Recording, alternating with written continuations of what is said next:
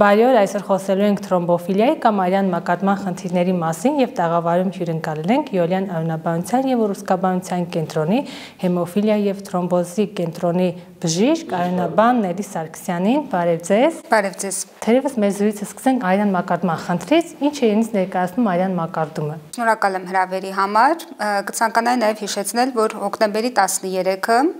ամբողջ աշխարհում նշվում է որպես թրոմբոզի համաշխարհային օր, եւս մեկ անգամ իրազեկելով թրոմբոզների պրոֆիլակտիկայի եւ բուժման կարեւորությունը։ Արյան մակարդելությունը, մակարդման համակարգը դա մի բարդ բազմագործոն համակարգ է եւ դա այսպես ասած մեկ բաղադրիչով չի իրականանում, հա։ Մենք ունենք բազմաթիվ գործոններ, 10-ից ավել գործոններ, որոնք ապահովում են արյան մակարդելությունը եւ այդ գործոնները սովորական հանգիստ պայմաններում քնած են։ Եթե լինում է որևէ մի խնդիր, անոթի վնասում, գործոնները ակտիվանում են, ձևավորելով խցան եւ ապահովելով արյունականգը։ Եվ հենց այս գործոնների հավասարակշռության խախտումն է, որ բերում է կամ թրոմբագոյացման, կամ հակառակը արյունահոսության։ Ընդհանրապես արյան խումբը կապ ունի նրա հետ, որ մարդու մոտ հետագայում կյանքի ընթացքում կարող են զարգանալ արյան մակարդման հետ կապված խնդիրներ։ Չկան նման ապացուցված հետազոտություններ եւ արյան խումբը որևէ կապ չունի հետագայում թրոմբոզի կամ մակարդելության խնդրի առաջացման ռիսկի հետ։ Ինչն է հանդիսանում այս թրոմբոֆիլիայի զարգացման պատճառը։ Նախ նշեմ առաջին հերթին, որ թրոմբոֆիլիան դա հիվանդություն չէ։ Թրոմբոֆիլիան ընդհանրապես վիճակ է, որը բերում է, մեծացնում է թրոմբոզի ռիսկը։ Ինչ է դա նշանակում, որ թրոմբոֆիլիա ունեցող մարդիկ, որոնց մոտ կան համապատասխան հրահրող հավելյալ թրոմբոզի ռիսկի գործոններ, այդ մարդկանց մոտ թրոմբոզի ռիսկը մի քանի անգամ, նույնիսկ տասնյակ անգամներ ավելի բարձր է, քան այն մարդկանց մոտ, ովքեր չունեն թրոմբոֆիլիա։ Իսկ թրոմբոզը տարբերվում է թրոմբոֆիլիայից նրանով, որ թրոմբոզը արդեն անոթի լուսանցքի խցանումն է արյան մակարդուկով։ Կարճ ասած, թրոմբոֆիլիան դա ռիսկն է, իսկ թրոմբոզը արդեն իրադարձությունն է, որը պահանջում է բուժում։ Թրոմբոֆիլիան ընդհանրապես ունի ժառանգական բնույթ, թե կարող է կյանքի ընթացքում ի հայտ գալ։ Թրոմբոֆիլիան միայն ժառանգական չի, թրոմբոֆիլիան կարող է առաջանալ նաև կյանքի ընթացքում լինել ձեռքբերովի։ Մի փոքր խոսեմ ժառանգական թրոմբոֆիլիաների մասին, դրանք պայմանավորված են մի շարք գենետիկ մուտացիաներով, ես նշեմ ամենահաճախ հանդիպող մուտացիայի մասին, դա Լեյդենի մուտացիան է, որը ամենատարածվածն է ազգաբնակչության մեջ, ինչեր ինձ ներկայացնում, ավելի մատչելի լեզվով ասեմ, օրգանիզմում ունենք 10-ից ավել գործոններ, որոնք պատասխանատու են, որ ապահովեն արյունականգ։ Եթե տեղի ունենում անոթի վնասում, այդ գործոնները պետք է ակտիվանան, որ մեզ պաշտպանեն արյունահոսությունից, իսկ Լեյդենի մուտացիայի դեպքում արդեն ակտիվացված անոթը նորից չի ապա ակտիվանում եւ դա բերում է թրոմբոզի։ Լեյդենը բավական տարածված է, բնակչության 1-ից 5% ունի դրա հետերոզիգոտ ձևը, հետերոզիգոտ նշանակում է 1 գենն է մուտացիայի ենթարկված եւ այս դեպքում թրոմբոզի ռիսկը մեծանում է մոտավորապես 7 անգամ։ Իսկ հոմոզիգոտ ձևերը դրանք շատ ավելի հազվադեպ ձևեր են, այս դեպքում 2 գենն էլ պետք է շեղված լինի։ Սա արդեն թրոմբոզի շատ բարձր ռիսկ ունեցող գենետիկ մուտացիա է եւ ռիսկը մեծանում է մոտավորապես 20 անգամ։ Եվ այո, թրոմբոֆիլիան միայն ժառանգական չի, կա նաև ձեռքբերովի թրոմբոֆիլիա, ձեռքբերովի թրոմբոֆիլիաներից առանձնացնեմ իմուն համակարգի հիվանդություն հակաֆոսֆոլիպիդային սինդրոմը, դա առաջանում է կյանքի ինչ-որ մի փուլում, մեծամասամբ պատճառը անհայտ է։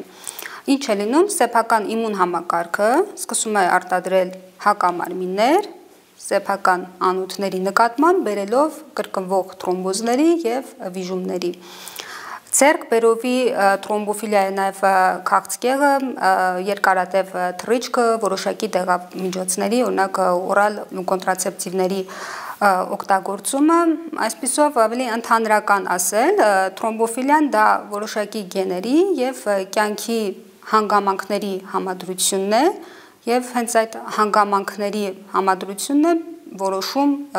թրոմբոզի առաջացման ռիսկը։ Երկարատև թռիչք, այսինքն եթե Հայաստանից գնան Չինաստան, կարող է հիվանդությունը զարգանալ։ Երկարատև թռիչքը, այո, եւս թրոմբոզի առաջացման ռիսկ է, 8 ժամ եւ ավել թռիչքների մասին է խոսքը գնում։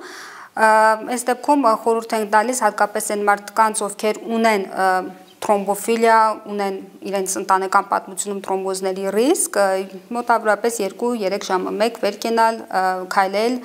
չջրազրկվել, անհրաժեշտության դեպքում նաև էլաստիկ կոմպրեսիաների, դա էլաստիկ գիտրիների կրումն է եւ արդեն եթե նախկինում օրինակ ունեցել է թրոմբոզ, նաև ըստ անհրաժեշտության, ըստ ցուցման կարող է իրականում կարիք լինել նաև պրոֆիլակտիկ հակամակարդիչների նշանակում, հակամակարդիչը դա նույն արյունը ջրիկացնող դեղերն են։ Աղինների մոտ եւս զարգանում է հիվանդությունը եւ անցողիկ է թե մնում է։ Սա նորից կարևոր հարց է, հա, թրոմբոֆիլիան անցողիկ է, թե անցողիկ չի, մեզ հաճախ դիմում են կանայք, որոնց մոտ հայտնաբերվում է հղիության ընթացքում թրոմբոֆիլիա։ Հղիությունը ինքը արդեն արյան մակարդելիությունը բարձրացնող վիճակ է, իսկ թրոմբոֆիլիայի առկայությունը կարող է բազմապատկել այդ խնդիրը եւ ըստ անհրաժեշտության կարիք լինի հղիների նշանակել հակամակարդիչները դրանք նույն ավելի տարածված լեզվով արյունը ջրիկացնող դեղերն են։ Հղիները, որոնց մոտ հայտնաբերվել է, մեզ հարցնում են, ես հետագայում նորից այս խնդիրը ունենալու եմ, թե այսինքն մշտական հակամակարդիչներ ստանալու եմ, թե մենք միայն հղիության ընթացքում ենք ստանալու, միայն հղիության ընթացքում կամ կյանքի ընթացքում, եթե կրկին լինեն որոշակի ռիսկի գործոններ, որոնք մեծացնում են թրոմբոզի ռիսկը։ Ընդհանուր առմամբ մոտեցումը այսպիսին է՝ հղիին նշանակել հակամակարդիչ թե ոչ, պետք է գումարել բոլոր ռիսկի գործոնները եւ եթե ստանում ենք ինչ-որ մի գումարային ցուցանիշ ու հղին մտնում է բարձր ռիսկի խումբ, այդ դեպքում նշանակվում է անտիկոագուլյանտ, հա, հակամակարդիչը։ Հավելյալ ռիսկի գործոնները դա հղի բարձր տարիքն է, քրոնիկական հիվանդությունների առկայությունը, օրինակ շաքարային դիաբետը,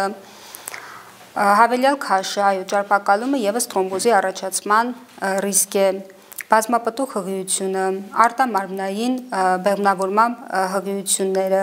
այս բոլոր ռիսկի գործոնները գումարելով որոշում ենք, եթե հղին մտնում է ռիսկի խումբ, ապա անպայման նշանակվում է հակամակարդիչ հետագա թրոմբա կանխարգելման նպատակով։ Իսկ միայն թրոմբոֆիլիայի առկայությունը դեռ ցուցում չէ նշանակել հղին հակամակարդիչներ, իհարկե դա կախված է նաև տեսակից, հա, որ տեսակի թրոմբոֆիլիան է հայտնաբերված բարձր ռիսկի թե միջին ռիսկի թրոմբոֆիլիա։ Նաև թրոմբոֆիլիա զարգանում է, երբ հորմոնալ հակաբեղմնավորիչներ են օգտագործում։ Թրոմբոֆիլիան հորմոնալ հակաբեղմնավորիչներ ստանալու ընթացքում չի զարգանում։ Թրոմբոֆիլիան եթե ժառանգական է, դա արդեն կա, իսկ ձեռքբերովի թրոմբոֆիլիայի դեպքում հորմոնալ հակաբեղմնավորիչներ ստանալու ընթացքում մեծանում է թրոմբոզի ռիսկը, բայց այստեղ տարբերություն կա, որ հորմոնալ հակաբեղմնավորիչի մասին է խոսքը։ Կան երկու տեսակի հորմոնալ հակաբեղմնավորիչներ, մեկը դա էստրոգեն պարունակող հորմոնալ հակաբեղմնավորիչներն են, որոնց դեպքում այո մեծանում է թրոմբոզների ռիսկը, իսկ թրոմբոզների կանխարգելման տեսանկյունից ավելի նախընտրելի են մյուս պրոգեստերոն պարունակող հորմոնալ հակաբեղմնավորիչները, որոնց դեպքում ապացուցված է, որ չկա թրոմբոզի առաջացման ռիսկ։ Սակայն մոտեցումը այսպես է, հա, եթե գինեկոլոգը կարիք է տեսնում, ցուցում է տեսնում, որ պացիենտը պետք է ստանա էստրոգեն պարունակող հորմոնալ հակաբեղմնավորիչ, ապա կրկին գնահատվում է ռիսկի գործոնների հանրագումար, եթե տեսնում ենք, որ տարիքը բարձր է, կա ճարպակալում, այսինքն կա թրոմբոզի ռիսկ,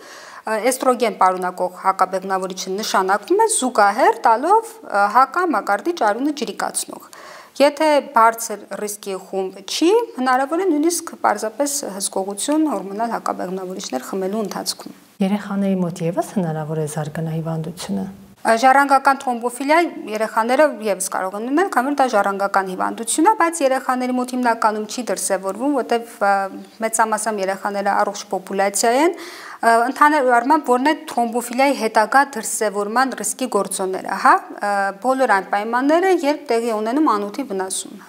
Դա վիրահատություններն են, քաղցկեղ, հղիություններ, հետծննդյան շրջան, իսկ քանի որ երեխաները մեծամասամբ առողջ պոպուլյացիա են, նրանց մոտ թրոմբոզների ռիսկը բարձր չէ,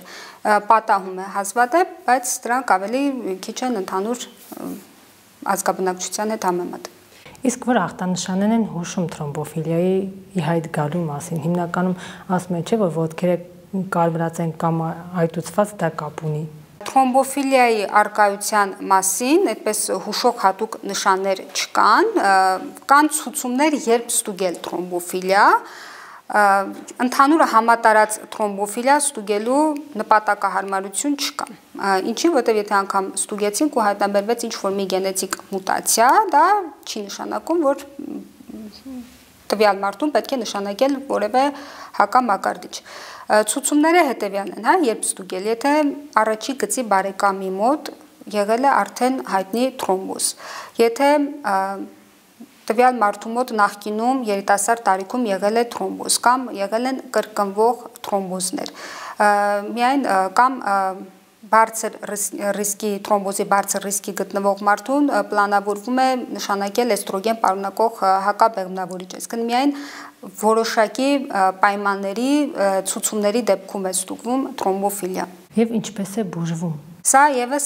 կարևոր հարց, որ հաճախ մեծ պացիենտները նշում են, եթե ես ունեմ թրոմբոֆիլիա,